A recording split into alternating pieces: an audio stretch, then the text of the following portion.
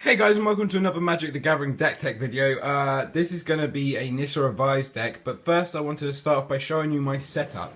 Now I had some questions about what I use because the videos haven't been such good quality, but that is literally my setup. It is a fat pack box on top of a speaker with a bit of cloth so my camera isn't leant back too far like that. So that is literally what I'm using. I'm sorry that it makes the videos not very good quality, but it's the best I can do. So let's get started with my deck. This is, as I said, a Nissa deck, but I've changed it a little bit. I hope you like it more than it. Yeah, I hope you like it more. So we're starting off with a foil fog. I will point out what's foil and everything, and you probably can't see that, but that looks better. So it's 1-drop, prevent all combat damage that will be dealt this turn. People have said to me, if your deck isn't bad, then you won't need it, but I still like it just as a failsafe. 2 Elvish Mystic, 1-drop, 1/1, tap to add 1 green to your mana pool. Works very well. 3 Scavenging Oozes, so 2-drop, 2/2, and for 1 exile target card from a graveyard. If it was a creature card, put a 1/1 counter on Scavenging Ooze and you gain 1 life. 4 Sylvan Caryatid, Defender, Hexproof, 0/3 for 2. Tap to add 1 of any colour to your mana pool. Sorry. 2 Genesis Hydras, so it's an X and 2. Whenever you cast him, reveal top X cards from your library. You may put a non-land permanent with converted mana cost X or less onto the battlefield. Then shuffle the rest into your library. He has X 1/1 counters on him. That X thing works really well because I've had Nissas and Garrux and Souls and New Phyrexias and stuff like that, all from just him. Then we've got 2 Hornet's Nest, 0/2 for 3. Defender, when it's dealt damage, put that many 1/1 green insect creature tokens with flying and Death Touch onto the battlefield. That won me multiple games at the last FNM I went to. Yisan the Wanderer Bard, 3-drop, 2/3 for 3. Tap, put a verse counter on him. Search your library for a creature card with converted mana cost equal to the number of verse counters on him. Put it onto the battlefield, then shuffle your library. People have told me, and I agree with them, that that's not a very good card, but I'm looking for another Courser Crucifix to swap that out with. Then we have Goblin Rabblemaster, 2/2 for 3. Other goblin creatures you control attack each turn if able. At the beginning of your combat on each turn, at the beginning combat on your turn, put a 1/1 red goblin creature with token with haste onto the battlefield. When he attacks, he gets Goblin Pile Driver, so +1/+0 for each attacking goblin. Other attacking goblin. Yeah. Then we've got Chord of Calling, so X and 3, convoke, search your library for a creature card with converted mana cost X or less, and put it onto the battlefield, then shuffle your library.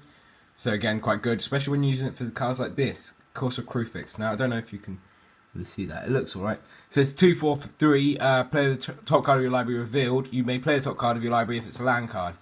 Whenever a land enters the battlefield under your control, you gain 1 life. It is insane, and I love playing with the top of my library revealed, so it just gives that extra bit of tension. Then we've got Bow of Nylea. Attacking creatures you control have Death Touch, 1 and green tap. Put a 1/1 counter on target creature, or Bow of Nylea deals 2 damage to target creature with flying, or you gain 3 life, or put up to 4 target cards from your graveyard onto the bottom of your library in any order. Sorry about that. Then we've got a Foily Whip of Erebos. Legendary enchantment artifact, again like the bow. So it's 4-drop, creature control of lifelink, and for 4 and tap, return target creature card from your graveyard to the battlefield. It gains haste, exile at the beginning of the next end step. If it would leave the battlefield, exile it instead of putting it anywhere else. Activate this ability only any time you could cast a sorcery. So you can't do it mid-combat as a combat trick, but it's still pretty nasty. Then we've got the foil, not promo, dual deck, Pelucanos. I guess that is a promo. So it's 4-drop, 5/5, and XX and green to Monstrosity X. When it becomes monstrous, it deals X damage provided as you choose among any number of target creatures your opponents control. Each of those creatures deals damage equal to its power to Pelucanos, so you could get rid of a bunch of 1/1s or Elvish Mystics. Something like that, just something that is annoying. Then we got 2 Chandra Pyromasters. This is what works well with Corsa, because she's 4-drop 4, +1, deals 1 damage to target creature, and 1 damage to target player. That creature can't block this turn. And the 0 is exile top card of your library. You may play it this turn, which is insane with the top card revealed. And then -7, which is completely irrelevant in this deck. Exile top 10 cards of your library. Choose an instant or sorcery exiled this way and copy it 3 times. You may cast copies without paying a mana cost. So you can see why I don't use this, because I have like one instant or sorcery in here. And then we've got 2 Xenagosses. 4 drop starts on 3. +1. Add X mana to your add X mana in any combination of red and or green to your mana pool where X is the number of creatures you control. Put a 2/2 red and green Satyr creature token with haste onto the battlefield for 0.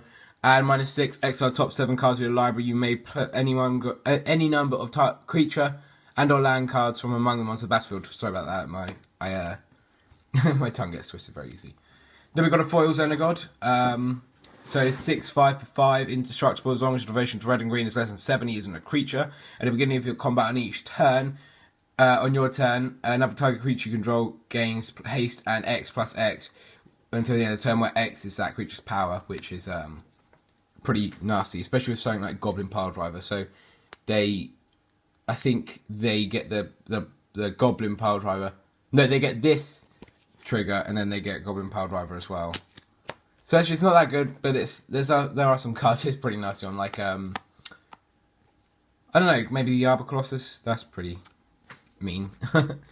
So then we've got Liliana Vest. 5 drop starts on 5, +1 target player discards a card. -2 search your library for a card. Shuffle your library and put that card on top of it.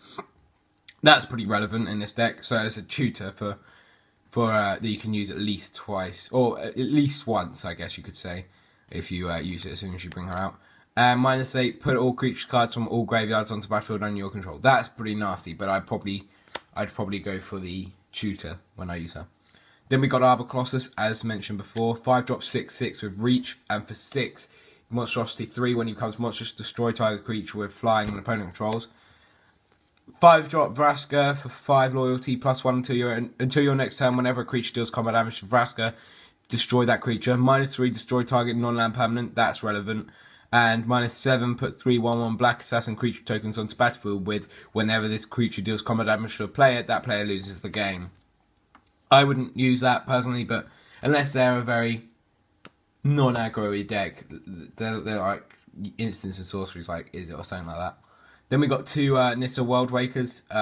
5 drop starts on 3, +1 target land you control becomes a 4/4 elemental creature with trample. It's still a land. +1 untap up to 4 target forests. -7, search your library for any number of basic land cards, put them onto the battlefield, and then shuffle your library. Those lands become 4/4 elemental. 4/4 elemental creature with trample. They're still lands, and that's basic lands. That's not just forests. Then we got a Storm Breath Dragon, flying haste protection from white for 5, and it's 4/4. And for 7, monstrosity 3. When it becomes monstrous, it deals damage to each opponent equal to the number of cards in that player's hand. And the pro white is just amazing there. Solar New Phyrexia, 6/6 for 6, trample. Permanents you control gain indestructible until end of turn for 5, and then for 5, exile it, but do the same thing, and exiling from graveyard, sorry. Then we've got a Garruk Apex Predator, 7 drop, starts on 5, +1 destroy another target planeswalker, +1 to put a 3/3 black beast creature token with death touch onto the battlefield, -3 destroy target creature you gain life equal to its toughness, and -8 target opponent gets an emblem with whenever a creature attacks you it gets +5/+5 and gains trample until end of turn, which is pretty nasty. Then we got 2 Hornet Queens, 2/2 for 7, flying death touch. When into battlefield, put 4/1/1 green insect creature tokens with flying and death touch onto battlefield. You may think, oh, that's not that good. It's 7 drop for a 2/2 and 4/1/1s, but it really changes the game. It just makes it devastating if you can resolve that, and they haven't got any response to it.